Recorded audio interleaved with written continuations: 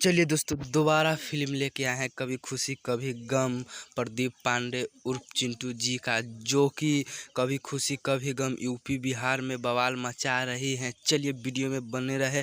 उससे पहले मेरे चैनल पर नए हैं तो मेरे चैनल को सब्सक्राइब कर दीजिएगा और साथ में बेल आइकन दबाना ना भूलिएगा। तो हाँ दोस्तों, मैं बात करने जा रहा हूँ कभी खुशी कभी गम, जो कि प्रदीप पांडे उर्फ चिंटू जी का फिल्म आ रहा है 22 अगस्त को। तो इसे देखना ना भूले। हाँ दोस्तों, चलिए मिलते हैं अगले वीडियो में। गेम खेलकर पैसा कमाना चाहते हैं तो मेरा डिस्क्रिप्शन में लिंक दिया गया है, उस पर जाए और रजिस्टर करें और ढेर सारे पैसा कमाए, हमें भी कमाने दे। तो लाइक एंड सब्सक्राइब ना भूलें।